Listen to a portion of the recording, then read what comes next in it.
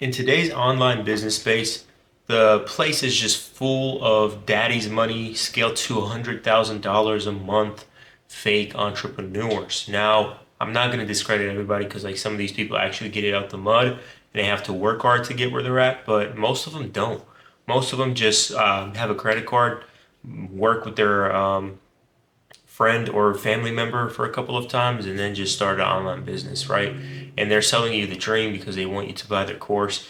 Now, the purpose of this YouTube channel is not to sell anything to any young business owner that's trying to grow their business in an online space. Okay, so if you're worried about me having a course, dude, no. I actually get my money by partnering up with business owners and getting them more business. So if you're a business owner, you can check out my other YouTube channel. But other than that, I want to break down top four roadblocks that you're going to come across on your way to success as a young business owner, especially in an online business space. And number one is going to be your expectations, bro. Like the type of expectations that you have is going to be very vastly different from what it's actually going to be like getting into business. Because you see, my first month getting into business, especially in the online advertising space, I really thought it was going to be easy, right? I really thought it was going to be a cakewalk. Like I was going to get these clients and scale to XYZ amount per month, right? And that's for two reasons. One, because I was sold a dream, and two, because as most entrepreneurs, when they just freshly start, they have no idea what they're getting into. And so the problem was that I expected results fast, but the road that I had to go through to actually even get any type of results was a painful one and a long one full of obstacles. So when you get into business, you're not just picking up a item and dropping off at B location and making money, right? It's not as easy as that. It's not as easy as clocking into a job and getting paid. It's legit developing skills so you can use those skills to provide value to other people, to the marketplace. And developing those skills, it's going to take you a while. Like you're not just going to overnight get into business and just, start crushing it, right? So number one, it's going to be your expectations.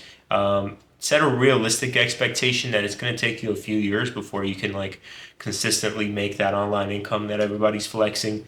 Which leads me into number two, the learning curve. The learning curve that it's going to take you from point A, which is you just starting, to point B, which is you being successful, which is really not a point A to point B situation. It's not even a situation that you can put on the alphabet because you're going to have to go from point A to Z. And there's just going to be many points, and even the greatest entrepreneurs are really never done learning. So you have to have that expectation that you're just going to mess up. Like your first few months or even few years in business, you're just going to suck and it's going to be painful. And you're going to second guess like quitting it many, many times as you're staring into ad accounts and client accounts and report sheets that are just reminding you that, your skills are trash. But as you persevere, you're going to improve because I guess with anything else in life, right? You go to the gym, you work out, your muscles hurt, but you build more muscles and you get stronger and you get better. The same thing with business. It's just about repetitions, right? So it's really about how many times you can fail and not be good at something until you become good at it, right? So learning curve is definitely going to be a big, big thing that you're going to have to like make friends with because again, you're not just going to be an ace the second you come into it. You're going to have to actually take your time learning this new set of skills, which leads me into number three, and that's going to be skill stacking.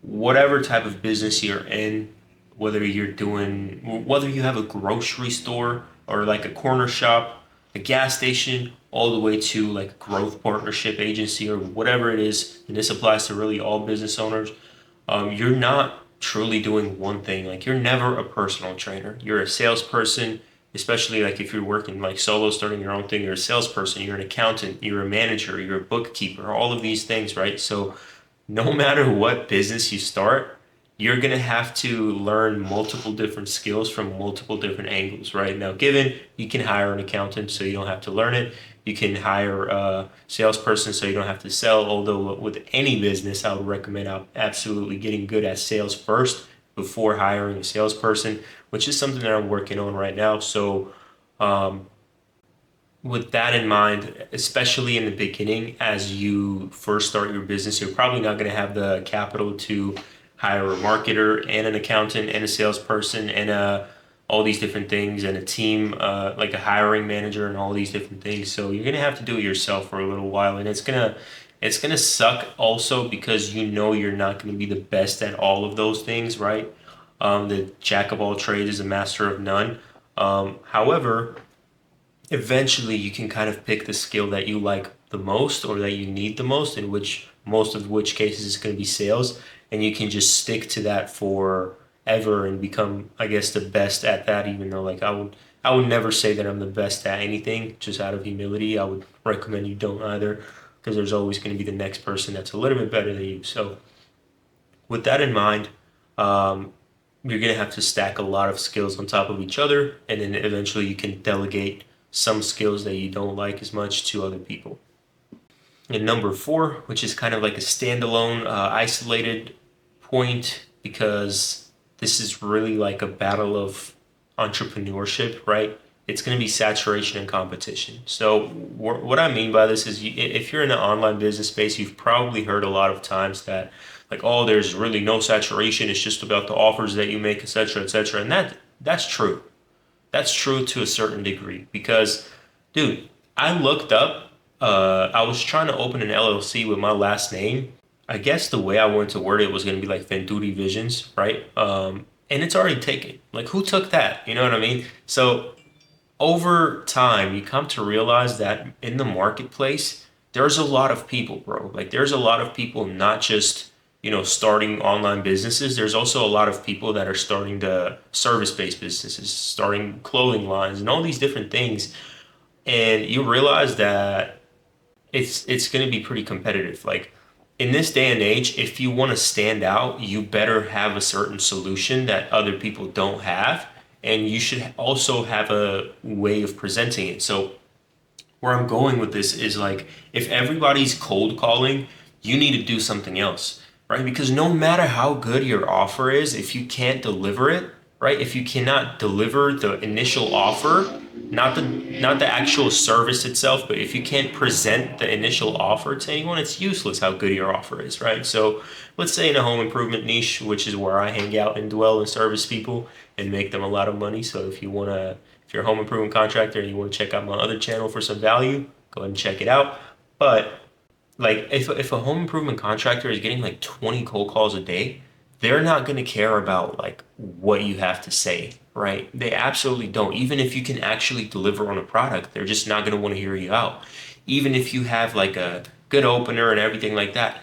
And it's not to say that it's impossible, because of course it's possible. That's how other people are crushing it. But you, as a beginner, especially with the skill sets that you have, you're not going to be able to match the guys that are, like, actively killing it, right? So with that in mind, it's very, very important in the beginning to pick a space in a, essentially like a market that is not being bombarded already, right? So what I mean by that is pretty plain and simple, honestly. Like, don't do what everybody else is doing, right? If people are cold calling, try direct mail. You know what I mean? Like, if people are doing Instagram DMs, try email, right? It all depends on your niche. Like, I know, for example, the med spa, advertising niche. If you're doing advertising for med spas, it's super saturated, which obviously doesn't stop anyone from succeeding. But if you're gonna cold call them, you're cooked. If you're gonna send emails with a generic, I'll get you 10 to 20 patients, you're cooked, right?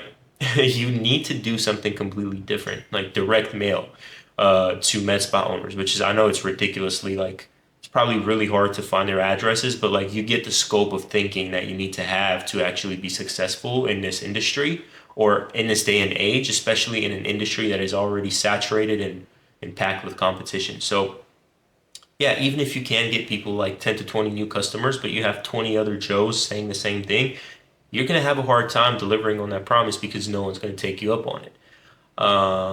So yeah, with that being said, that kind of wraps up the video on, like, the four main points you need to watch out for, in this day and age while getting into entrepreneurship, especially in the online space. My main goal is to be the person that I wanted to have when I first started out. Um, as you know, if you're starting out, you're basically just prey to all the Lambo flexing, Rolex watch flexing, daddy's money entrepreneurs that have never actually had to eat ramen noodles. So, yeah, with that being said, my goal is to actually provide value and set expectations for the person that I was like a year or two ago. And as I, develop in my entrepreneurial career, I also want to pass those lessons down to the people that are behind me, and I want to learn from the people that are ahead of me. So if you would like to connect, my IG is going to be somewhere in the description, and I look forward to maybe connecting with some of you guys, learning from y'all, and hopefully helping you with something as well. I hope you have a great day. God bless you.